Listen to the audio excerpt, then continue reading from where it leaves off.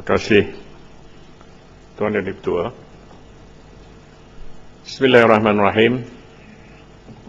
Assalamualaikum warahmatullahi taala wabarakatuh. Waalaikumsalam.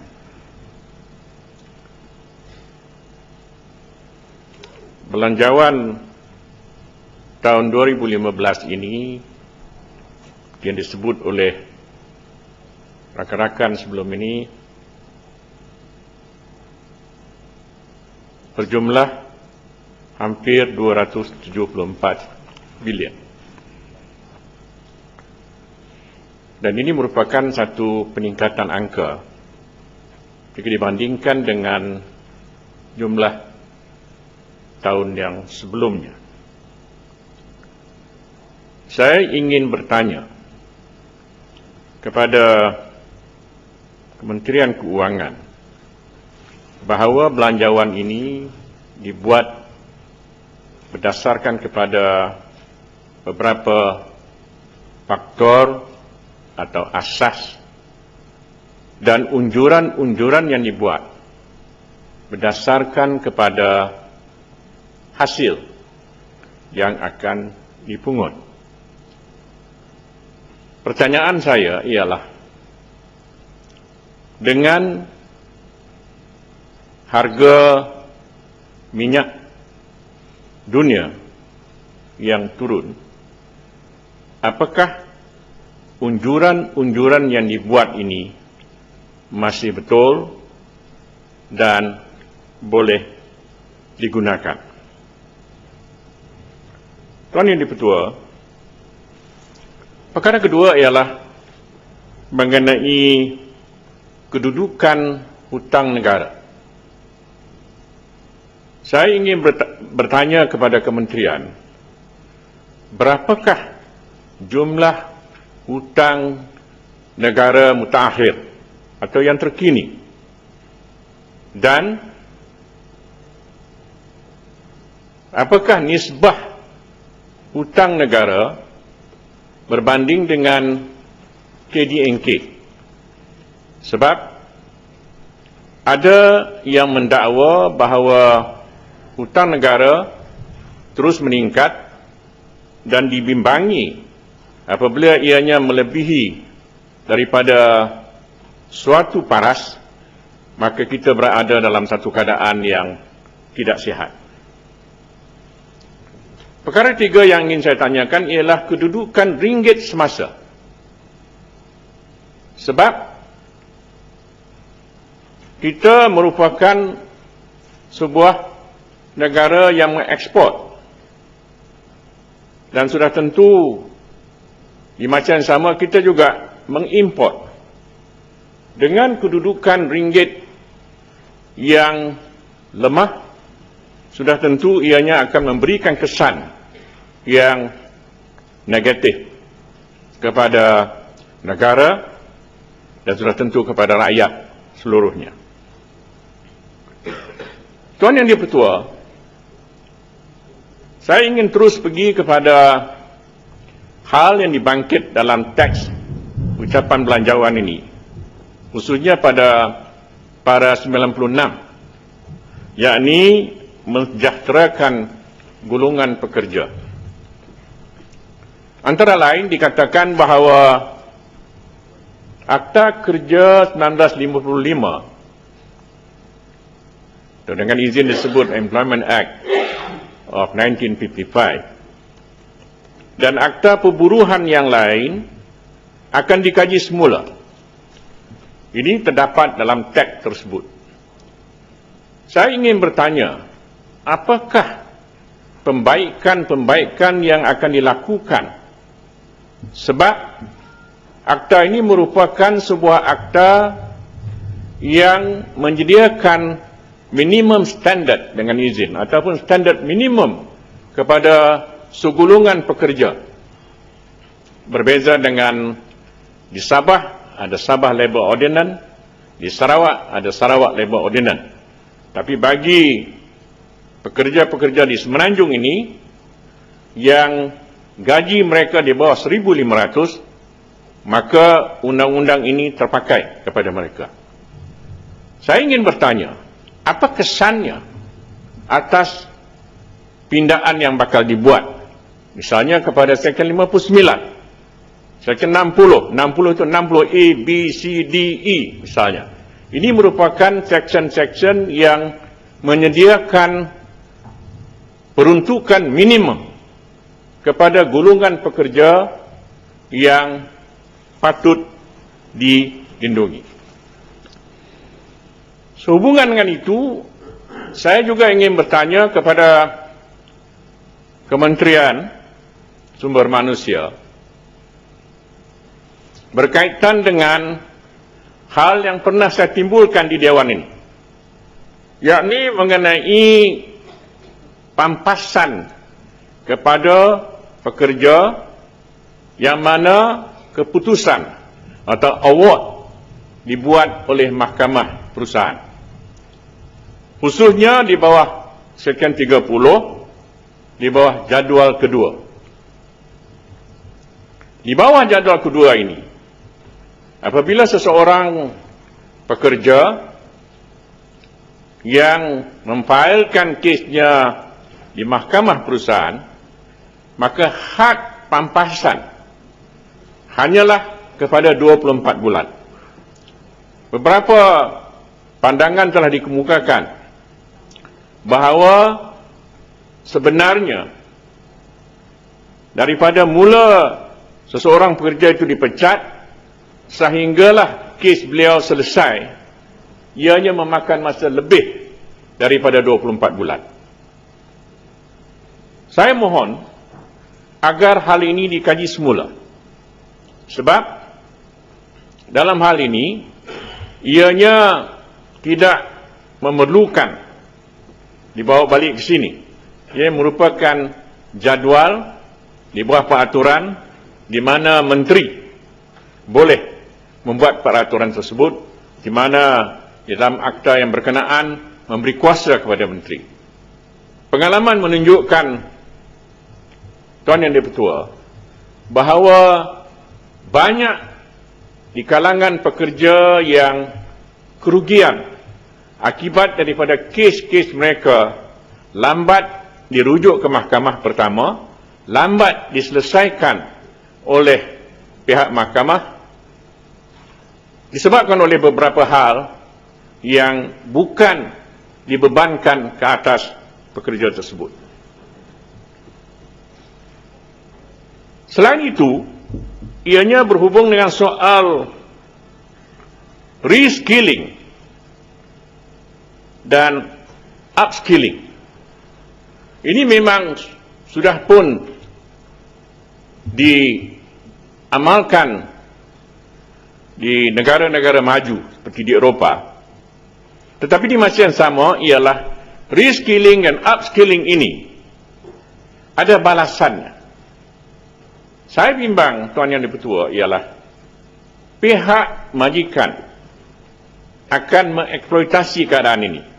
Sebagai contoh misalnya, apabila ada reskilling dan upskilling, pekerjaan yang dilakukan oleh 4 orang akan tinggal 2 atau 2,5 orang sahaja.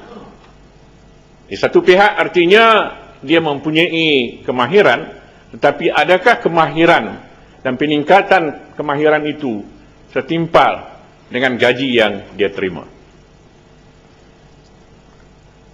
Tuan Yang Di-Pertua, memang benar adalah suatu hal yang sangat penting berhubung dengan isu penamatan kerja. Saya pernah beberapa kali di Dewan Yang Mulia ini membangkitkan hal penamatan kerja dan adakah peluang bagi mereka untuk mendapatkan pekerjaan yang baru, pertama. Keduanya adalah adakah mereka semasa tidak mempunyai pekerjaan tersebut diberikan bantuan untuk meneruskan kehidupan.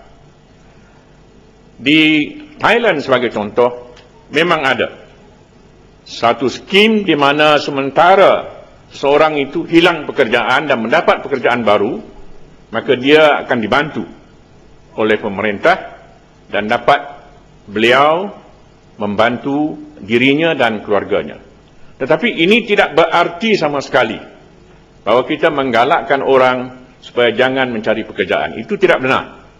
Yang penting ialah bagi mereka untuk meneruskan pekerjaan. Pertanyaan saya ialah, apakah faedah penamatan yang akan diperkenalkan di mana yang disebut dalam teks ucapan belanjawan Menteri Keuangan pada Oktober yang lalu, yang mana disebut faedah penamatan kerja.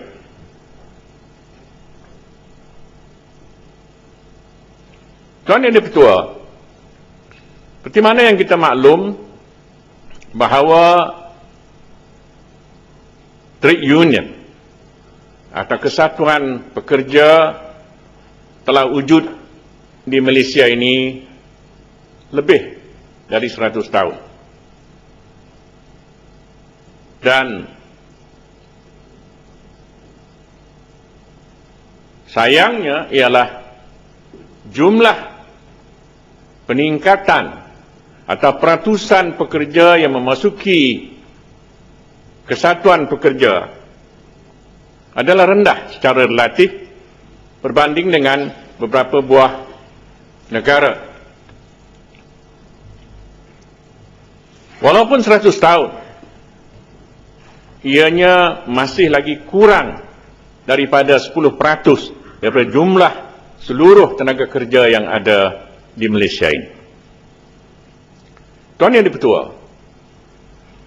banyak orang keliru, malah tidak begitu jelas siapa yang memulakan trade union atau kesatuan pekerja di Malaysia ini.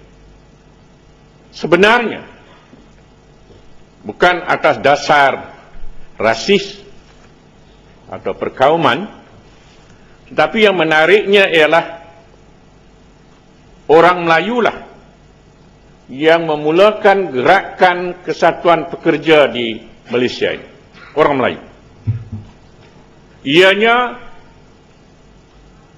berlaku di Pulau Pinang. 1894, sebuah kesatuan yang dipanggil Persatuan Engineer-Engineer dan Kapitan-Kapitan Melayu Pulau Pinang untuk menjaga kepentingan orang-orang yang bekerja dalam industri yang berkenaan di Pulau Pinang. Artinya, ada tanggapan yang salah jika ada yang mengatakan bahawa trade union ini atau kesatuan pekerja ini dikepalai oleh golongan tertentu. Tidak benar. Tapi ini bukan berarti kita membanggakan diri kita bahawa kitalah satu kaum atau satu bangsa yang mendahului. Itu tidak benar juga. Semua saya meletakkan pada perspektif yang betul. Isunya ialah mutakhir bahawa penggiat-penggiat atau pemimpin-pemimpin kesatuan ini telah ditindas atau dianiayai. Banyak kes-kes yang telah pun dibawa dan dibangkitkan sama ada di dewan di bawah kita ini atau di Dewan Rakyat dan juga di sini, di mana berlaku semacam satu gerakan untuk menjadikan gerakan ini sebagai terkebelakang. Padahal ada kajian yang dibuat yang menunjuk bahawa sebenarnya ianya merupakan suatu gerakan yang juga menyumbang ke arah pembinaan ekonomi dan sosial di Malaysia ini. Harapan saya ialah supaya Kementerian Sumber Manusia mengambil perhatian dan memberikan suatu fokus kepada hal yang saya bangkitkan ini, dan sebagai cadangan bahawa Kementerian Sumber Manusia memulakan inisiatif untuk menterjemahkan Convention 144, Convention Pertubuhan Buruh Antarabangsa, yakni mengenai tripartism, di mana Malaysia merupakan salah satu daripada penandatangan atau pengiktiraf kepada konvensyen tersebut. Tidak ada artinya kalau dijawab bahawa memang kita letakkan organisasi tertentu dalam organisasi-organisasi tiga pihak, tetapi yang saya maksudkan di sini adalah dengan terjemahan yang sebenar. Dipanggil ketiga-tiga, majikan, wakil pekerja, pemerintah, duduk, bincang dan cari jalan bagaimana untuk menyelesaikan masalah ini. Ada banyak konvensyen yang lain, tetapi saya tidak mau menimbulkan hal ini di sini. Tuan Yang Di-Pertua, sewaktu kita membincangkan hal Trans-Pacific Partnership Agreement dan dalam dialog bersama dengan orang-orang dari Amerika, mereka antara lain membangkitkan soal labor right atau hak pekerja ini yang mau dikaitkan dengan TPPA. Kita malah menyatakan bahawa kami tidak mau saudara bercakap bagi pihak kami, sebab ini negeri kami. Kami mau perjuangkan sendiri. Artinya adalah sesuatu yang agak aneh. Hak pekerja diperjuangkan oleh orang lain, sedangkan mereka mempunyai suatu hal yang nak dikaitkan dengan perdagangan. Saya 2-3 kali menyatakan, minta maaf, kita tidak mau berbincang dalam soal semacam ini. Hak kami akan bincang dan selesaikan di negeri kami. Jadi oleh hal yang demikian, atas semangat tersebut, saya mohon supaya kementerian mengambil perkara ini secara serius dan memulakan suatu inisiatif untuk mengadakan dialog ini di peringkat nasional, di peringkat negeri, sampai ke di peringkat daerah, kalau boleh. Kalau tak boleh, mungkin mulaikan di nasional dulu.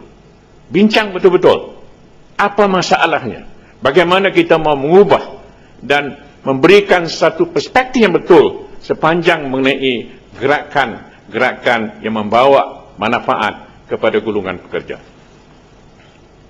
Tuan Yang Di-Pertua,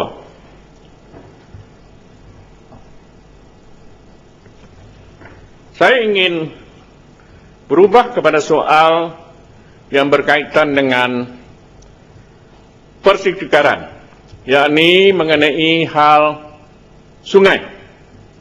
Sungai ini nampaknya di Malaysia sudah diabaikan terus. Kalau kita tengok sungai-sungai yang besar, memang sangat mengecewakan. Kementerian Sumber Asli dan Alam Sekitar haruslah melihat ini secara holistik dan memastikan bahawa hidupan air, ikan, udang dan sebagainya boleh kita tangkap dan boleh cukup untuk memberi makanan kepada rakyat di negara ini. Kalau kita perhatikan misalnya beberapa batang sungai yang cukup tercemar sehingga kan sudah tidak ada lagi. Misalnya udang galah pada satu waktu dulu dan sangat terkenal di Johor, sudah mula sulit untuk kita dapat. Selain itu, sungai-sungai ini juga dimasuki oleh ikan-ikan yang bukan habitat asal negeri kita. Maknanya bukan saja orang lain masuk ke negeri kita, ikan pun masuk ke dalam sungai kita. Misalnya apa? Keli Afrika. Ini bukan ikan Malaysia. Tilapia, ini bukan ikan Malaysia. Pacu, ini bukan ikan Malaysia. Dan ikan-ikan ini cukup cepat membiak, menyebabkan ikan-ikan asal di negeri kita ini pupus. Ikan seperti kelah, tengas, temelian, tengalan, belida, lampam, dan sebagainya. Sekadar menyebutkan beberapa jenis ikan. Sudah payah untuk kita dapat. Sekarang ini yang ada di dalam sungai kita adalah ikan-ikan yang cukup pelik, yang kita tidak pernah lihat 30-40 tahun yang lalu. Mengapa jadi demikian?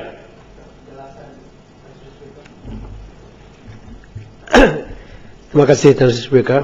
Saya minta penjelasan sedikit. Pertama kali saya dengar pendatang haram ikan ni. Adakah yang berhormat mendapat fakta-fakta ataupun angka-angka berhubung dengan ikan-ikan haram yang menyerang sungai-sungai di Malaysia ni? Terima kasih. Terima kasih Yang Berhormat. Secara detail saya tidak ada. Tapi kita mengharapkan Kementerian Pertanian dan Asas Tani dan Kementerian Sumber Daya Alam kita dapat membantu kita. Tapi yang saya cakap ini berdasarkan kepada data empiris. Artinya secara langsung. Kita pergi ke sungai-sungai tersebut, maka kita akan nanti dapat jenis-jenis seperti mana yang saya katakan tadi. Nasib baik misalnya di Sabah dan Sarawak, ikan-ikan seperti semah, ikan tegal, dan ikan empurau misalnya masih lagi boleh dipertahankan. Tapi di sini, terutama sungai-sungai yang di sebahagian pertengahan dan hilir sungai, sudah mulai dimasuki oleh ikan-ikan yang bukan ikan asal di tempat kita ini. Sulit. Itu sebab ada satu gerakan di Amerika Serikat tak lama dulu. Kalau saya tidak silap di Mississippi, ada gerakan bersama rakyatnya menangkap puluhan ribu ikan-ikan yang datang dari tropika yang masuk ke dalam sungai mereka. Mereka tidak mau ikan-ikan tersebut dan cuba membiarkan semula ikan-ikan asal yang berada di sungai seperti trout, perch dan sebagainya.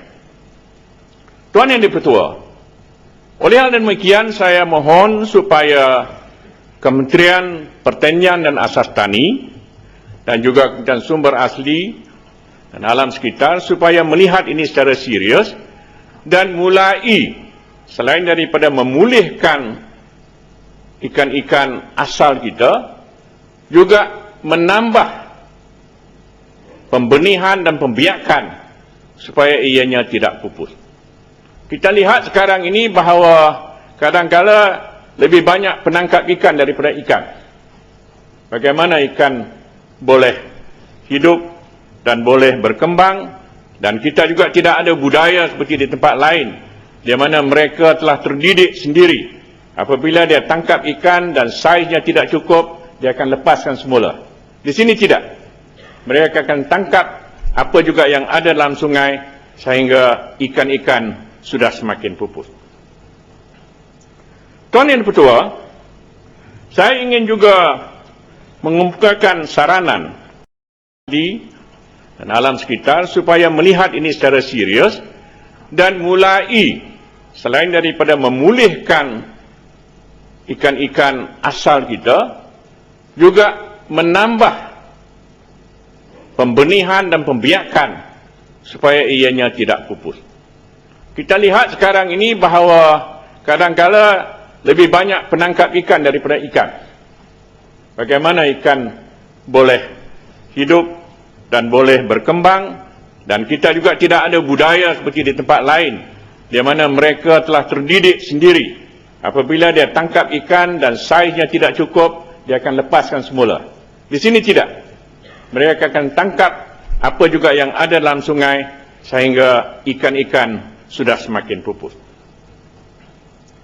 Tuan Yang Dipertua, saya ingin juga mengemukakan saranan berhubung dengan veteran ataupun bekas anggota tentera yang telah berkhidmat, yang menghabiskan sebahagian waktu mereka dalam memberikan perkhidmatan kepada negara ini.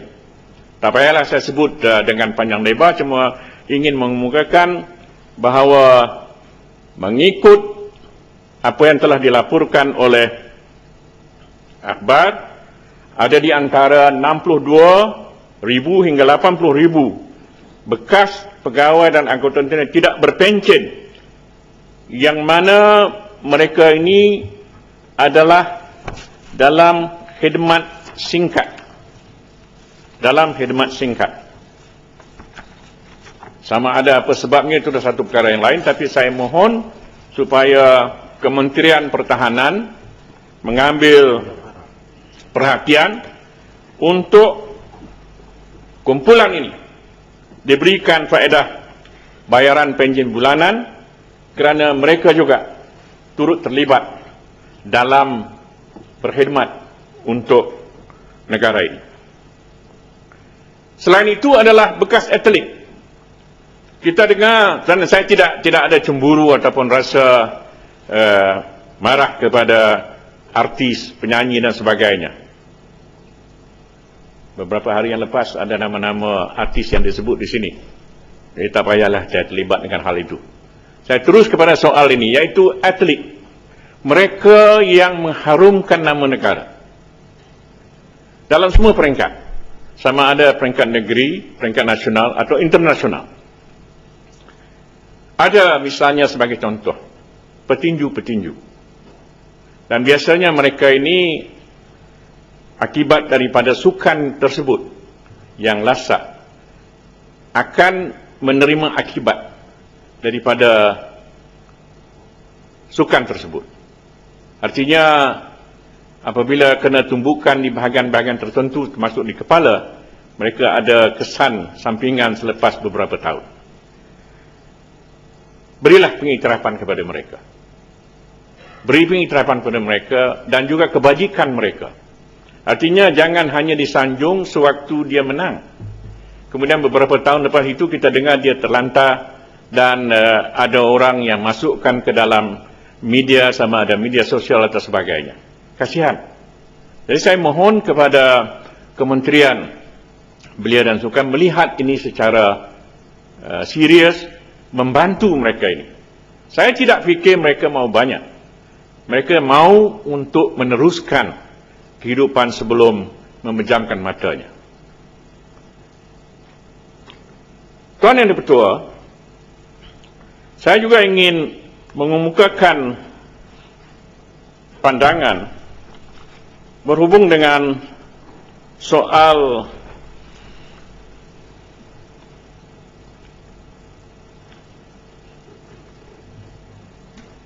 Pembangunan Sumber Manusia Berhad atau PSMB. Itu sebuah agensi di bawah Kementerian Sumber Manusia yang telah pun merangka suatu piawaian kebangsaan yang dikenali sebagai National Human Resource Standard atau ringkasnya NHRS.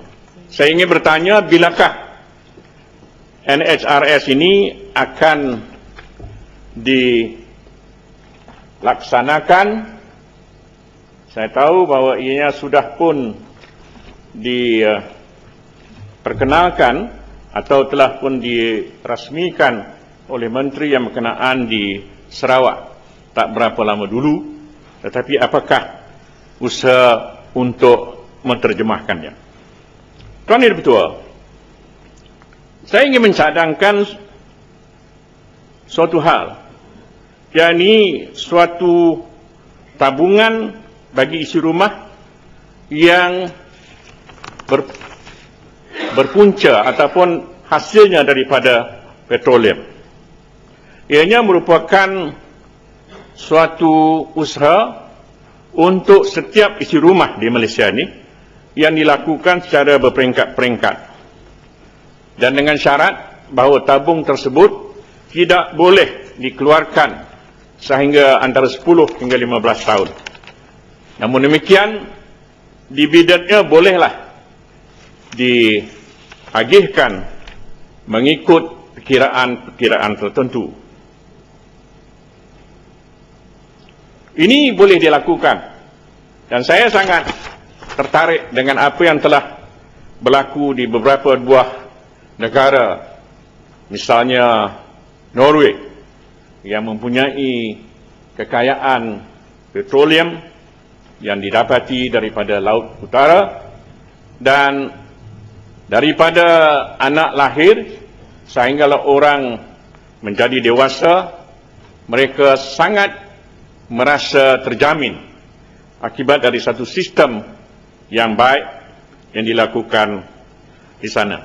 Namun demikian, ianya tak bolehlah kita samakan sebab ada pepatah yang mengatakan tidak ada satu saiz muat semua. Namun demikian, kita mestilah mempunyai satu ikhtiar untuk memastikan bahawa anak cucu kita di masa hadapan mempunyai jaminan tersebut. Akhir sekali, Tuan Yang Di-Pertua. Boleh saya mencelah, YB? Silakan. Yang berhormat. Silakan. Saya tertarik hati dengan yang sebenarnya saya nak kumpulkan soalan-soalan, tapi sebab dah terakhir ni, soalan yang saya cukup tertarik hati apabila Yang Berhormat menegaskan tadi di Amerika Syarikat ikan-ikan yang ditangkap mestilah mengikut saiz. Saya rasa ini satu perkara yang patut kita pelajari, ya, kerana di Malaysia ini kita tidak mengimplementasikan peraturan ini. Bukan saja ikan-ikan, bahkan ketam, udang, ya, kalau belum akhir balik lagi, iaitu kalau belum cukup umur, mereka akan lepaskan. Tetapi di Malaysia ni kita lihat pada hari ini udang pun susah nak jumpa yang besar, ketam pun dah kecil, kerang pun dah kecil, kupang pun dah kecil. Kerana kita tidak ada standard prosedur yang telah diamalkan oleh US. Persoalan saya, Yang Berhormat, mungkin saya mengharapkan kalau Yang Berhormat boleh mencadangkan kepada pihak kerajaan, kementerian yang berwajib, supaya kita juga mengamalkan sistem yang sama yang diamalkan oleh US. Dan insyaAllah saya rasa masalah-masalah kekurangan makanan laut dapat kita perbaiki. Terima kasih. Di Dewan yang sama ini pada sesi yang lalu, saya telah membangkitkan soal kepupusan ikan terubuk. Pada satu waktu, ikan terubuk ini daripada Kuala Linggi sampai ke Benut itu merupakan tangkapan ikan terubuk.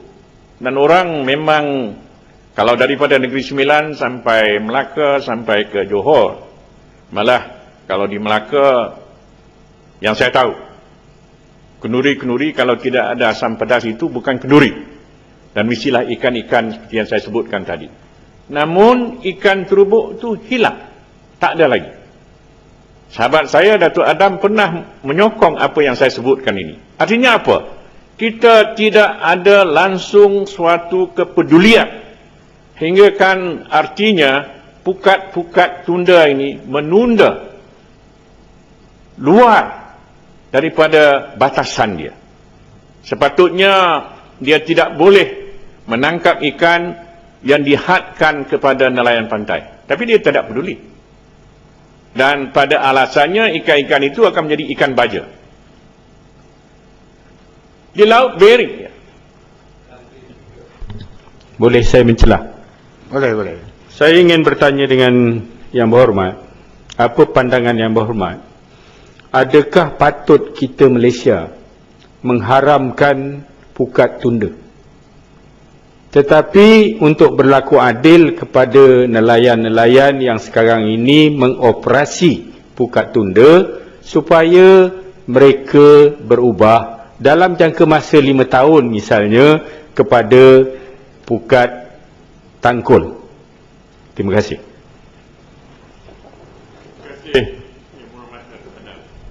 Datuk tentunya lebih arif dari saya, sebab Datuk pernah terlibat langsung dalam hal ini. Jadi pandangan-pandangan yang boleh menyelamatkan spesies ikan dan juga memastikan bahawa hasil ikan ini berkekalan, itu patut dilaksanakan. Sama ada yang bernama pukat tunda atau apa sekali. Malah kalau di sungai, Tuan Yang Di-Pertua,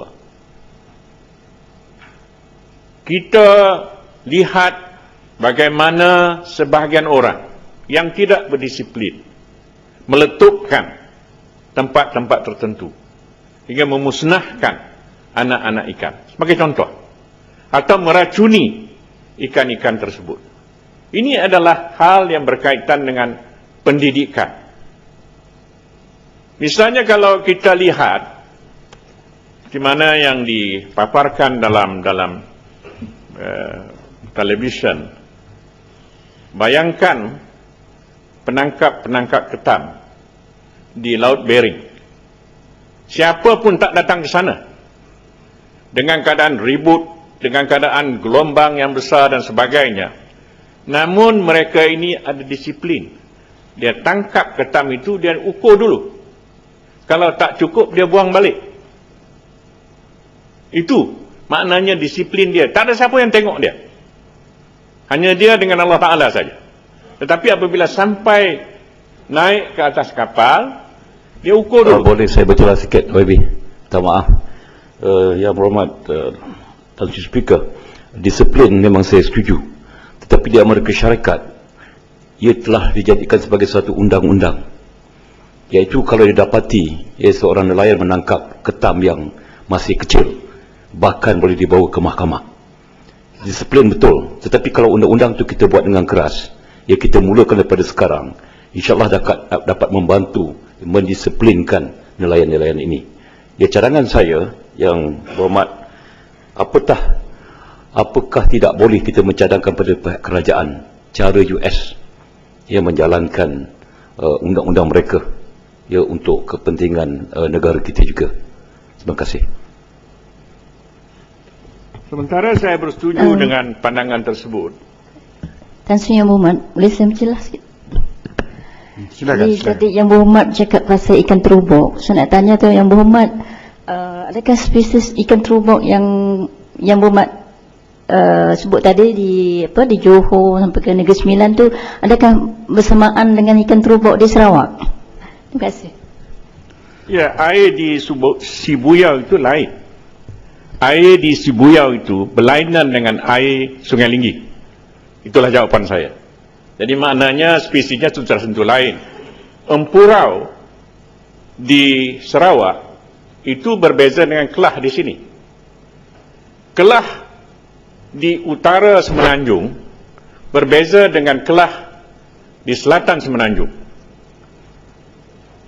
Kelah di utara Semenanjung ini dikenal sebagai Tor Tamburides. Manakala kelah di selatan Semenanjung itu Tor Duronensis. Dua benda yang berbeza, tapi panjanglah nanti saya hal-halkan ini.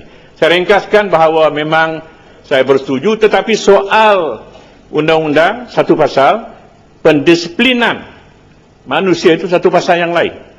Maknanya penguatkuasaan undang-undang itu penting. Tapi macam saya kata tadi, kalau di tengah lautan yang bergelora dan sebagainya. Ya, Muhammad. Saya rasa banyak ramai yang berminat perkara ini. Apa salahnya kalau saya cadangkan, nampaknya yang Muhammad Syed Syahir, Profesor Tansi, apa semua, kalau gemblengkan usaha Adam, buat satu kertas kerja, cadangkan pada kementerian yang berkenaan, kita tengok apa tindakan mereka. Kalau kita cakap kat sini macam-macam, nanti agaknya jawapan tu besok akan menyakitkan hati. Lepas tu saya fikir lagi baik lagi begitu, kita ubah kita mindset kita juga, approach kita ni. Dan perkara penting, kerana ini bukan soal parochial kedaerahan, we have to look holistically dalam bentuk kesemuanya. Dan tu saya mencadangkan kalau boleh yang membuat cadang tu bagus. Ini yang menunjukkan sekarang ni tak kira di mana, sama ada pembangkang apa saja, Senate ni betul-betul senator yang betul-betul satu, dan yang baik tu kita sokong. Dan tu sekarang saya fikir saya cadangkan kalau boleh berkumpul, give your ideas, kemukakan kepada melalui saya dulu, saya kemukakan kepada Kementerian Pertanian agar itu lebih efektif. Sekian, terima kasih. Ayo Mat, tanya lagi, Natulim, ada apa tak? Tak, yang ini lain. Bahang banyak, teruk, ikan teruk dah mati ya Mat. Okey, silakan. Saya bukan nak sentuh tentang ikan di sungai, tentang penguatkuasa, bukan tentang akta dan penguatkuasa. Kita memang sekarang pun dibangkit-bangkit dan ada pihak tertentu menentang kerajaan untuk mengatakan akta yang itu di laut, sebab kita nak melonggarkan jaring nak tangkap ikan, nak besarkan saiz itu. Jadi yang itu, akta itu untuk melindungi supaya ikan sangat kecil ditangkap. Dan baik, kita faham, Mat. Faham dah. So saya saya fikir dan ini- masa pun tak mengizinkan dalam lama sangat tu. Yang Muhammad cuba gulung Ya. dan cuba ambil fikirkan apa yang saya cadangkan tadi, Ya. jadikan satu inisiatif lah daripada Dewan Ya. Negara. Ya, ini satu saranan atau satu cabaran juga kepada kami yang perlu diambil secara serius, Ya. kerana ini soal rakyat, ini bukan soal partisan. Ya. Ini betul. penting. Jadi saya terima kasih atas saranan tersebut. Dan apabila Tuan Yang Ketua menyebutkan bukan soal pembangkangan, itu yang saya nak sebutkan di sini, selalu sangat Tak ada pembangkang, ya, Mat? Tak ada pembangkang. bukan itu maksud saya dengan hormat Tuan Yang Ketua. Maksud saya ialah kalau boleh kita ubahlah perkataan pembangkang ini. Di tempat lain dipanggil sama ada oposisi ataupun minoriti. Opposition leader itu disebut ketua oposisi ataupun minority leader ataupun ketua minoriti. Point taken, minority lah. Minority leader, tak payah, ni bangkang ini dalam konotasi Melayu sangat negatif. Sangat negatif. Sikit pembangkang. Sedangkan kita membuat juga perkara-perkara yang baik. Betul, ya, Mat. Betul. Jadi oleh sebab itu saya ingin mencadangkan supaya diubahlah. Kita kata pihak minoriti, pihak majoriti. Habis cerita. Terima kasih, ya, Mat. Saya ingin sebut ini kerana sahabat saya Datuk Dr. Firdaus akan meninggalkan kita.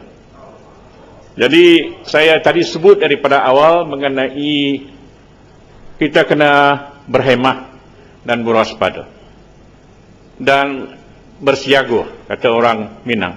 Ini yang dinukilkan oleh orang Minang. Ini tak payah dengan izin. Yang Teruskan. ini bukan bahasa Melayu standard. Ini jadi kena minta mamintih sebelum manyut, malantai sebelum lapuk, ingat sebelum kanai, sio nagari Allah, sio utang tumbuh, siang dicaliak-caliak, malam didanga-danga. Terima kasih.